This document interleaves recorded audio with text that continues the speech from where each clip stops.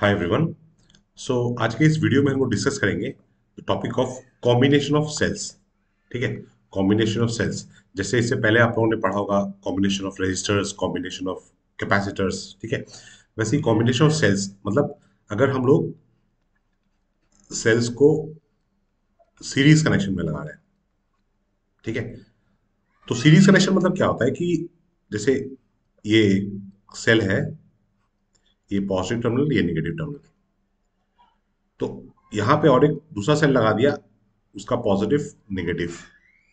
ठीक है, इसी तरह से ये पॉजिटिव टर्मिनल, ये नेगेटिव टर्मिनल हो गया। इसी तरह से और अगर हम लोग ऐसे सेल लगाते जाएंगे तो ये अगर सेम डायरेक्शन में यहाँ पे करंट, सब में अगर सेम करंट फ्लो कर रहा है, ये देखिए, सपोज कर लीजिए cell of E M F E1, ये of cell of E M F E2, ये E3 है। तो ये जो पाथ है, सपोज यहाँ पे एक पॉइंट मार्क कर लिया ए, और यहाँ पे एक पॉइंट है बी। तो ए से बी जाने के लिए तो एक ही पाथ है। तो इसका मतलब ये तीनों से जो करंट फ्लो करेगा, यहाँ से अगर आई करंट है तो यहाँ पे भी आई करंट फ्लो करेगा, आई, और इधर भी आई, मतलब सेम करंट विल फ्लो। और सीरीज कनेक्शन का कंडीशन ये होता है कि सीरीज में करंट हमेशा सेम होता है। सीरीज कनेक्शन में करंट सेम होता है। ठीक है, तो इस तरह के कनेक्शन को हम लोग बोलेंगे सेल्स इन सीरीज। ठीक है, तो अब मान लेते हैं कि हमारे पास दो सेल है। ठीक है, दो सेल सीरीज में लगा दिया। ठीक है, तो सेल का ईएमएफ एक का E1, एक का E2, और इंटरनल रेजिस्टेंस हो गया R1 एंड R2। ठीक है, ये टर्मिनल ए हो गया, ये टर्मिनल बी हो गया, ये टर्मिनल सी हो गया। ठीक है, अब इस दो सेल का हमको इक्विवेलेंट ईएमएफ निकालना है, मतलब कि एक सिंगल सेल जिसका effect is same as equivalent to these two cells. ठीक है, तो इसका जो इक्विवेलेंट सर्किट होगा वो कैसा होगा? एक सिंगल सेल, ये हो गया टर्मिनल ए, और ये हो गया टर्मिनल सी, क्योंकि ए और सी के बीच में ये दोनों सेल है। ठीक है, तो इसका इक्विवेलेंट ईएमएफ ई इक्विवेलेंट हो गया, और रेजिस्टेंस, इंटरनल रेजिस्टेंस हो गया आर इक्विवेलेंट। ठीक है, अब मान लेते हैं कि यहाँ पे जो करंट फ्लो कर रहा है ना, वो सी से ए की तरफ जा रहा है, तो ये आई करंट फ्लो कर रहा है यहाँ पे। ठीक है, आई करंट, तो सेम इसके यहाँ पे आई करंट ही फ्लो करेगा, this is I current, I flow कर रहा है। ठीक है, आई करंट। अब अगर हम लोग ए और बी के बीच में, ए और बी के बीच में पोटेंशियल डिफरेंस देखेंगे, तो देखिए पोटेंशियल डिफरेंस या terminal potential difference equal to क्या था? V is equal to E minus I into R, ये रिलेशन था। ठीक है, तो ए और बी के बीच में देखेंगे तो we A B is equal to क्या हो जाएगा? E1 minus I R one. Current I flow कर रहा है, इंटरनल रेजिस्टेंस R1 है। ठीक है, और बी और सी के बीच में अगर देखेंगे तो V B C is equal to E2 minus I R two. ठीक है, और यहां पे अगर देखेंगे, ठीक है, इस केस में अगर देखेंगे तो वी ए सी कितना हो जाएगा? V A C is equal to E equivalent minus I R equivalent. ठीक है, अब देखिए वी ए बी का मतलब क्या है? वी ए बी का मतलब है वी ए माइनस वी बी। ठीक है, और वी बी सी का मतलब क्या है? वी बी माइनस वी सी। ठीक है, तो अगर हम लोग इन दोनों को ऐड कर दें, ठीक है, इन दोनों को मैं ऐड कर दूं, तो क्या हो जाएगा?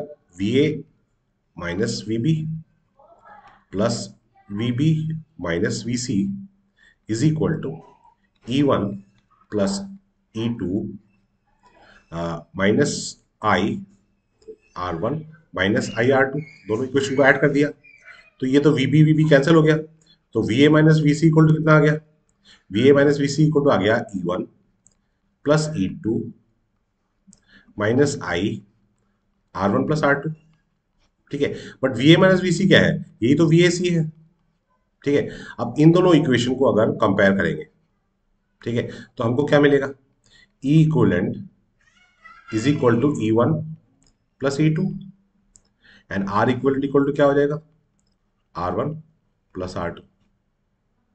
ठीक है, इसका मतलब ये हो गया कि अगर जैसे सपोज कर लो कि एक सेल, ऐसे दो सेल लगा दिए मैंने, ठीक है। ये 2 वोल्ट का है, ये 3 वोल्ट का है। इसका इंटरनल रेजिस्टेंस 1 ओम, इसका इंटरनल रेजिस्टेंस भी सपोज 1 ओम है, ठीक है।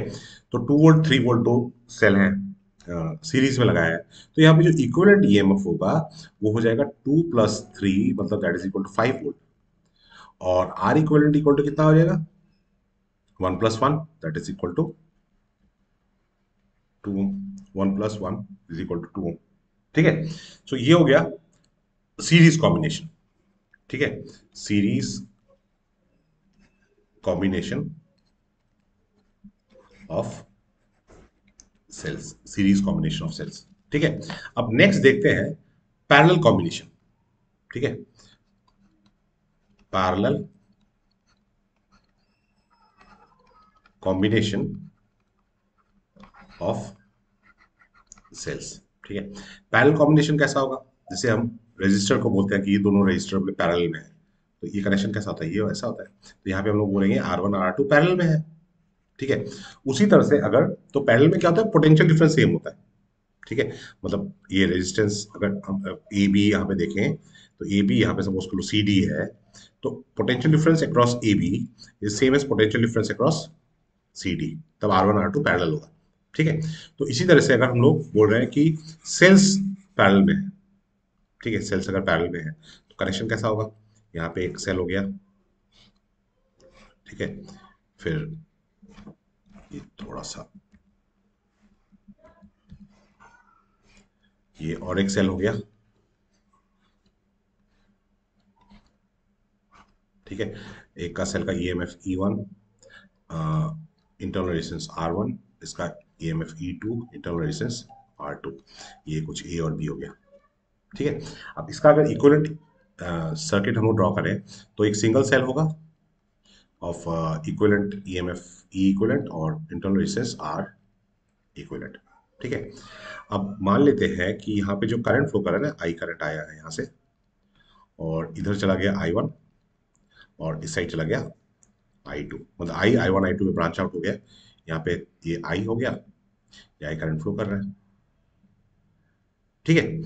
तो यहाँ पे ये पॉइंट ए हो गया, ये पॉइंट बी हो गया, मतलब ए और बी, ठीक है। अब हमको यहाँ पे निकालना है इक्विवेलेंट ईएमएफ का एक्सप्रेशन, ठीक है। अब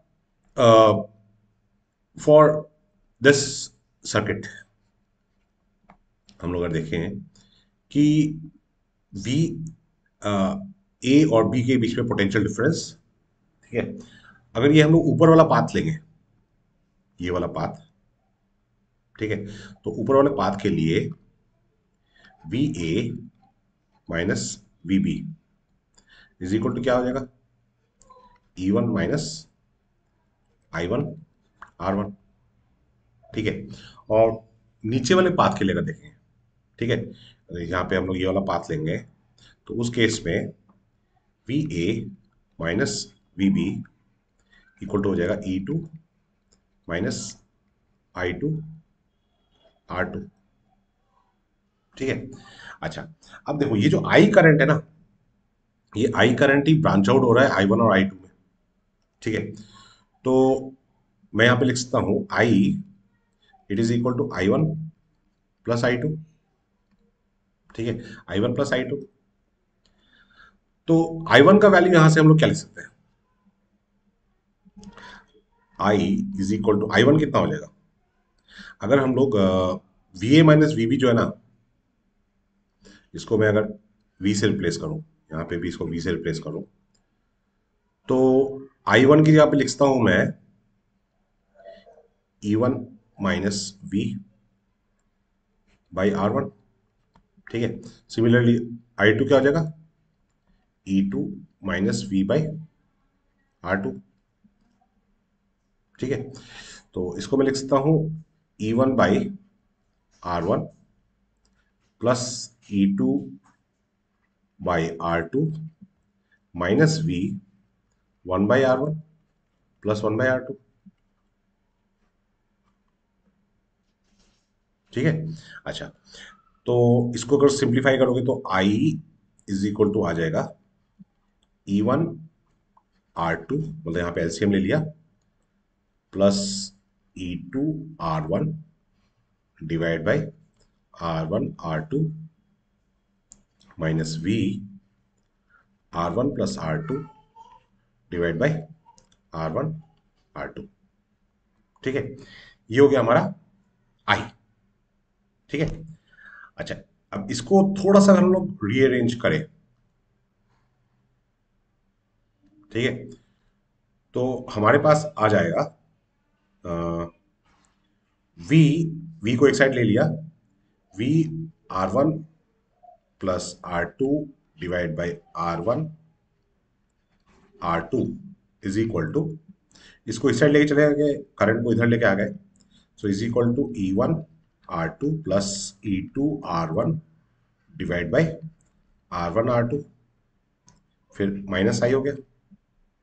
ठीक है, अब मैं अगर दोनों साइड मल्टीप्लाई और डिवाइड करूं, सो दैट ये R1 R2 वाला टर्म यहां से ये वाला टर्म रिमूव हो जाए। ठीक है, तो मतलब मुझे मल्टीप्लाई करना पड़ेगा, यहाँ पे दोनों साइड मल्टीप्लाई करना पड़ेगा, दोनों साइड। ठीक है, इक्वेशन के दोनों साइड मल्टीप्लाई करना पड़ेगा, R1 R2 divide by R1 + R2, दोनों साइड। ठीक है, तो दोनों साइड अगर मैं मल्टीप्लाई करूंगा तो यहाँ पे तो हो जाएगा V is equal to E1 R2 plus E2 R1 divide by R1 + R2, क्योंकि यहाँ पे ये टर्म इसके साथ कैंसिल हो जाएगा। ठीक है, minus I R1 R2 divide by R1 + R2। ठीक है, अब हमारे पास जो एक्सप्रेशन था फॉर द इक्विवेलेंट सेल, वो क्या हो जाएगा, VA - VB is equal to E equivalent minus I R equivalent. But VA - VB को हम लोगों ने V से रिप्रेजेंट किया है, so V is equal to E equivalent minus I R equivalent, I R equivalent. Correct.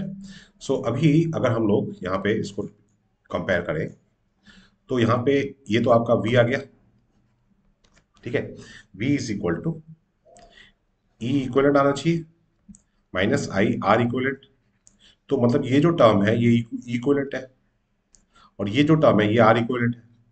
ठीक है, तो इसका मतलब हम इक्विवेलेंट ईएमएफ क्या लिख सकते हैं, E1 R2 plus E2 R1 divide by R1 + R2। और आर इक्विवेलेंट क्या हो जाएगा, R equivalent equal to R1 R2 divide by R1 + R2। अब देखिए आर इक्विवेलेंट के बारे में इतना चिंता करने का जरूरत है भी नहीं। ठीक है, दिस R2 वाई, क्यों चिंता करने का जरूरत नहीं है, क्योंकि यहाँ पे देखिए जो सेल्स है ये कैसे है, ये पैरेलल में है। ठीक है, तो पैरेलल में है अगर, तो यहाँ पे जो 1/R इक्विवेलेंट रेजिस्टेंस होगा पैरेलल में क्या होगा, 1/R1 प्लस 1/R2। तो आर इक्विवेलेंट क्या होता है, R equivalent to R1 R2 divide by R1 + R2। तो ये तो मतलब हमको पता ही है, इसमें तो कोई प्रॉब्लम ही नहीं है। ठीक है, खाली ये इसमें थोड़ा आपको एफर्ट लगाना है कि ई इक्विवेलेंट का एक्सप्रेशन कैसा होगा। ठीक है, मतलब याद रखने के लिए न्यूमेरिकल्स में तो डायरेक्ट फॉर्मूला यूज करना पड़ेगा। ठीक है, वैसे आपको ये डेरिवेशन भी प्रैक्टिस करना है, क्योंकि बोर्ड में तो, स्टेट बोर्ड में तो ये डेरिवेशन काफी इंपॉर्टेंट है। ठीक है, तो ये हो गया cells in parallel and cells in series. ठीक है, ये पूरे डेरिवेशन को एक बार आप लोग खुद लिख के प्रैक्टिस कीजिएगा। ठीक है, सेल्स के ग्रुपिंग से रिलेटेड और एक वीडियो होगा जिसमें हम लोग थोड़ा नीट या एंट्रेंस रिलेटेड बाकी जो चीजों में क्या क्या पूछ सकते हैं। ठीक है, ज्यादा ज्यादा दो दो सेल के लिए क्या है, अगर एन सेल्स के लिए होगा तब क्या होगा, यहाँ पे सीरीज और पैरेलल मैंने डिस्कस किया है, मिक्स ग्रुपिंग के लिए क्या होगा, तो उसके लिए मैं एक अलग वीडियो बनाऊंगा। ठीक है।